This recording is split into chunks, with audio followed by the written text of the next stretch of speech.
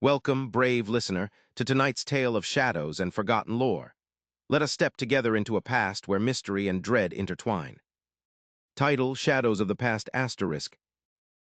Chapter 1. The Arrival. In the autumn of 1872, the town of Eldridge Hollow lay ensconced in a shroud of mist. Nestled in the rolling hills of Pennsylvania, it was a place where secrets whispered through the leaves of the ancient oak trees and lingered in the corners of the dimly lit taverns. The townsfolk had long grown accustomed to the stories of the past, the tragic deaths, the unexplained disappearances, the whispers of dark forces that seemed to weave through their history like an insidious thread. As the sun dipped beneath the horizon, casting an eerie glow across the cobblestone streets, a train chugged into the station, releasing a plume of steam that mingled with the fog. From the train stepped a young woman, her silhouette framed against the fading light. Clara Hawthorne, a recent graduate from the University of Pennsylvania, had come to Eldridge Hollow to unravel the mysteries of her family's past. Clara had long been haunted by the tales her grandmother spun by the fireplace, stories of a family curse that had plagued the Hawthornes for generations. As she adjusted her round spectacles and lifted her leather satchel, she could feel the weight of those stories pressing down upon her, urging her forward into the unknown. "Miss Hawthorne," a voice called out, cutting through the mist. A tall man with a thick beard and weathered hands approached her, tipping his hat. "Welcome to Eldridge Hollow. I'm Thomas Wainwright, the local historian." "I believe you were expecting me." "Yes, Mr. Wainwright," Clara replied, her heart racing with anticipation. "I'm eager to learn about my family's history and the curse." Wainwright's expression darkened momentarily. "Ah, the curse. It is a tale that intertwines with the very fabric of this town. Come, we should talk where we can hear ourselves." Chapter 2. The Legend of Eldridge Hollow. Clara followed Wainwright to a small, rustic cottage that stood at the edge of town, surrounded by an ancient stone wall. Inside, the air was thick with the scent of aged paper and ink. A large wooden table was strewn with maps, old letters, and dusty tomes. Clara's fingers brushed over the worn leather bindings as she settled into a chair. "Your family's history is deeply intertwined with the founding of Eldridge Hollow," Wainwright began, his voice low and somber. "The Hawthornes were among the first settlers here in the early 1700s. But with the land came tragedies, disappearances, madness, and ultimately death." Clara leaned forward, her interest piqued. "What exactly happened?" Wainwright sighed. "It began with your great-great-grandfather, Elias Hawthorne.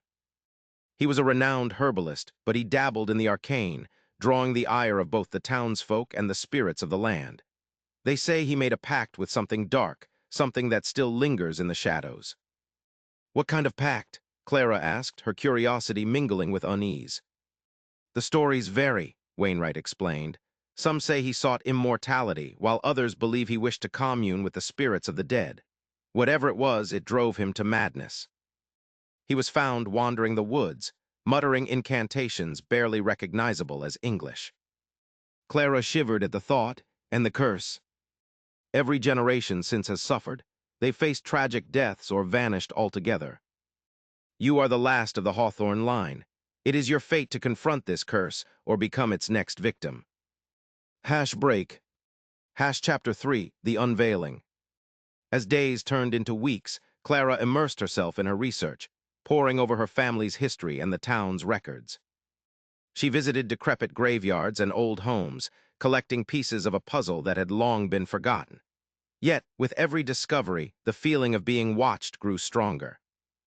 One evening, while scouring an old ledger in the town's archives, Clara stumbled upon a curious entry dated 1783. It spoke of a gathering of townsfolk who had accused Elias Hawthorne of witchcraft. The words leaped out at her: cursed blood, dark rituals, and a chilling mention of the wraith of Eldridge Hollow. That night, Clara dreamt of dark figures dancing beneath a full moon.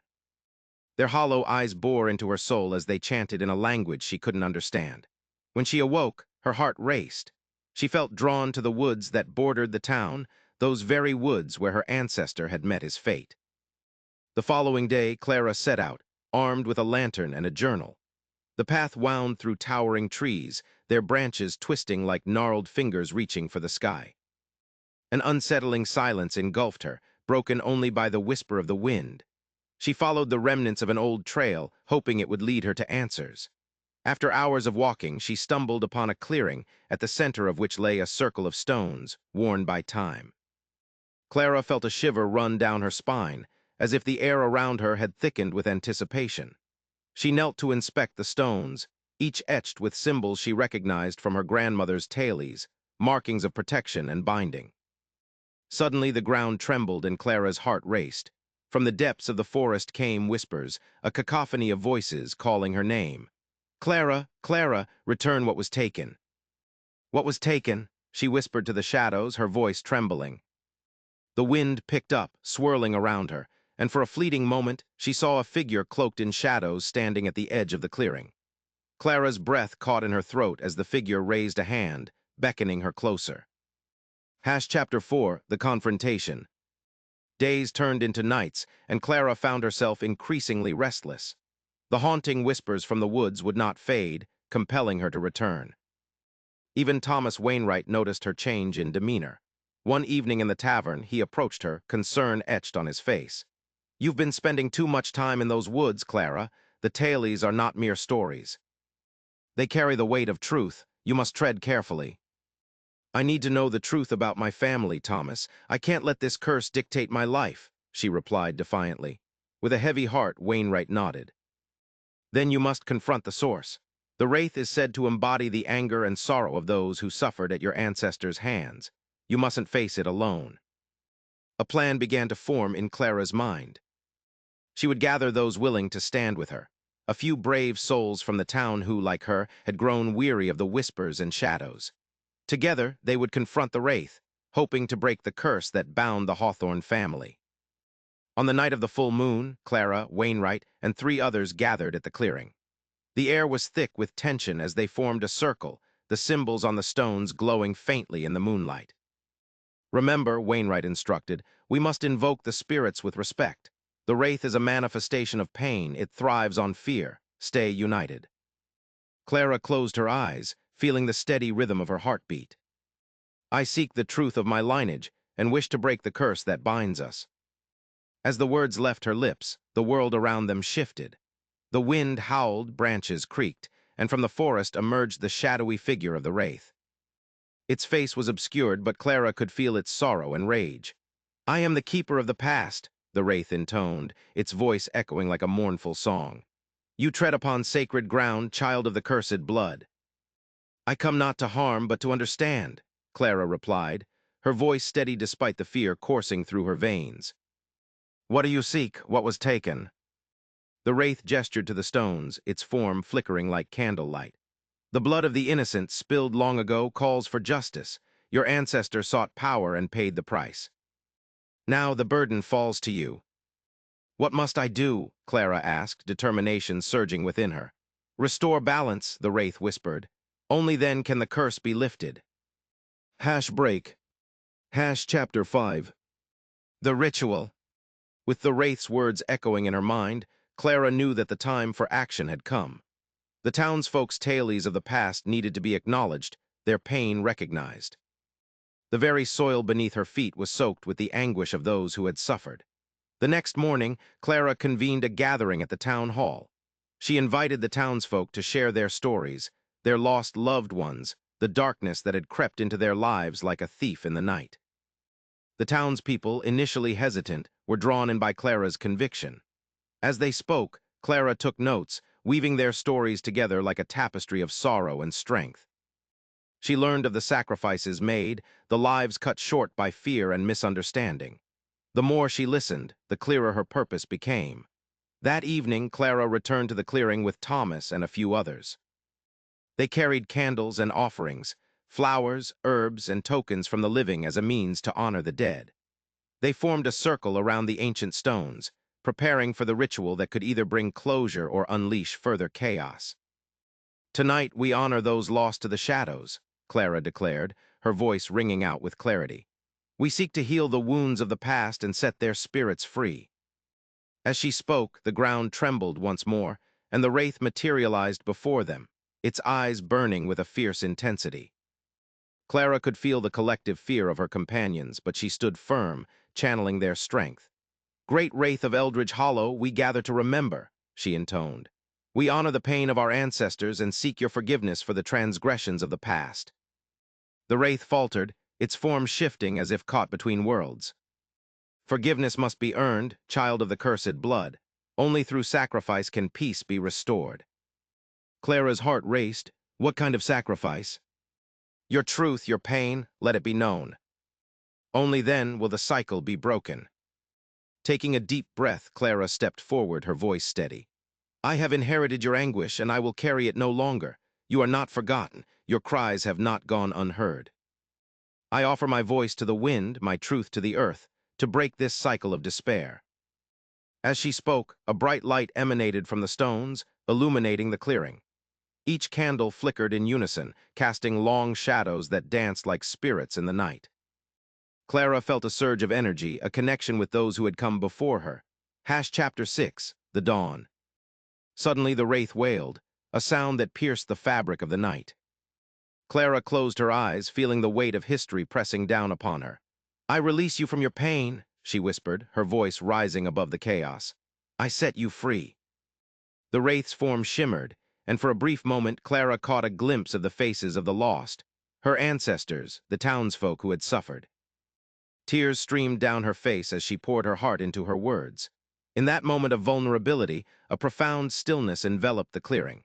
The wraith began to dissolve into a shower of shimmering light, each particle a fragment of the past being set free. Clara felt a warmth envelop her, a sense of liberation washing over her spirit. As dawn broke over Eldridge Hollow, the first rays of sunlight streamed through the trees, illuminating the clearing in a golden hue. Clara stood amidst her companions, breathless yet serene, the weight of the curse lifted at last. "Thank you," she whispered to the fading shadows, her heart full of hope. "Thank you for your freedom." In the days that followed, Clara returned to the town, carrying the stories of the past like a beacon.